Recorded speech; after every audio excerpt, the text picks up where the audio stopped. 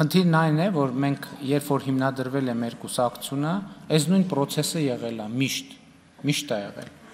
Բայց կուսակցությունը ինչքան մեծացել է, այնքան անկանխատեսելի իրադրությունները շատացել են, որովհետև 1000 ու մի նրբություն կա, ուրիշ բան, երբ որ քվեարկությանը մասնակցում է 200 հոգի, ուրիշ բան է, երբ որ քվեարկությանը մասնակցում է 900 հոգի, եւ այդ ընտրությունների կեղծման եւ չգիտեմ մենք էլ ենք տոն տալիս այդպիսի բաներին, որովհետև ռեյտինգային քվեարկության արդյունքում ընտրվածների 80%-ի դեպքում հարց չի եղել, թե չէր էլ կարող լինել այդ ընտրության արդյունքը արտահայտում է, թե չի արտահայտում, ինչքան ձայները մոտենում են իրար, այդքան հարցեր կարան առաջանան, եւ դա զարգացում է։ Ես ձեզ ավելին ասեմ, ես չգիտեմ նկատվեց թե չէ, բայց օրինակ նախկինում ոնց էր, կուսակցության վարչությունը ընտրվում էր եւ առաջադրում էր կուսակցության վարչության նախագահի թեկնածու, որին կամ վարչությունն էր ընտրում նախագահ վարչության կամ համաժողովը։ Հիմա մենք ըստ էության նոր ընտրակարգով մենք այս համակարգը փոխել ենք եւ վարչության անդամի թեկնածու առաջադրված յուրաքանչյուր ոք այդ փաստի բերումով նաեւ ինքը վարչության նախագահի թեկնածու է։ Այսինքն մենք այս ժողովրդավարության ճանապարհին եւս մի քայլ ենք արել, ընդ որում արել ենք այդ քայլը հարմարվելով այն օրենսդրությանը, որը մենք ենք ընդունել։ Այս շատ կարևոր նրբություն է եւ ինչ վերաբերում է ձեր հարցին, ես կարծում եմ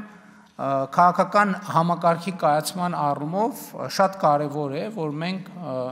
այդ որոշումները կայացնենք, որպեսզի այո, կուսակցությունը ինքը պետք է լինի ամենաթափանցիկ գործող համակարգը, տեսեք օրինակ նույնը կա, չէ՞, մեր կուսակցության դրամահավաքի հետ կապված, բա այնով էր, այն մեկը կարմիր գլխարկով էր, բա այն մյուսնով էր, հələ մի րոպե այնտեղ մուկ ապակիներով մի հատ ավտո կանգնեց։ Իսկ կներեք, ու ոչ մեկին չի հետաքրքրում, բա մյուս կուսակցությունները որտեղից են ֆինանսավորվում։ Չկա ընդհանրապես այդ հարցը, հասկանում եք։ Ով է ֆինանսավորում այդ կուսակցությունները, ինչ աղբյուրներից է ֆինանսավորում։ Եվ հասկանում մեր թափանցիկությունը օգտագործվում է մեր դեմ։ Ես Եվրոպայի խորհրդի խորհրդանական վեաժողովում այդ մի քանի օրինակ բերես, բայց սա էլ է այն դեպքը, որ ժողովրդավարությունը օգտագործվում է ժողովրդավարության դեմ։ Կուսակցություններ, Հայաստանի կուսակցությունների 90%-ով վարչության կազմը կամ ղեկավար մարմնի կազմը մի հոգի կամ երկու հոգի գրում են,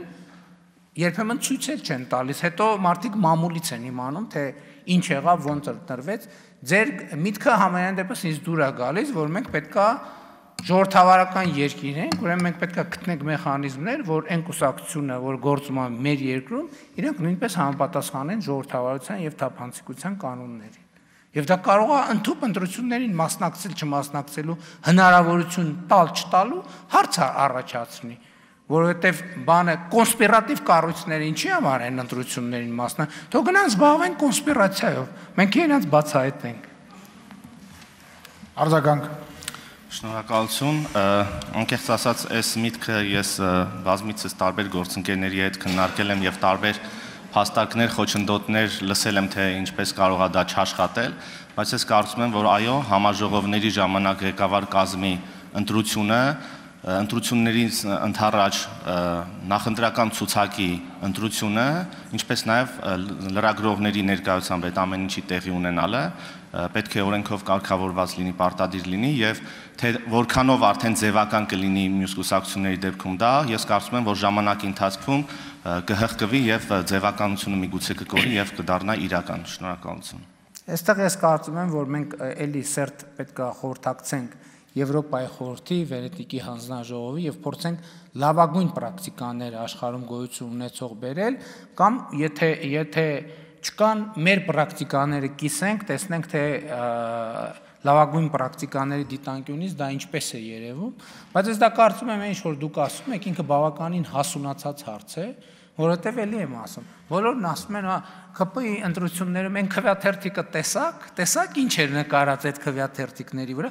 ու ամիսներով հանրությունը քննարկում է սոցիալական ցանցերը, թե այն ԿՊ-ի քվեաթերթիկի վրա տեսակ ինչ էր նկարած, ոչ մեկ չի հարցնում, բա մի րոպե այս երկրում ուրիշ կուսակցություն չկա, բայց իրենց քվեաթերթիկներն ուր է, մի հատ տեսնենք, իրենց քվեաթերթիկի վրա ինչ որ բան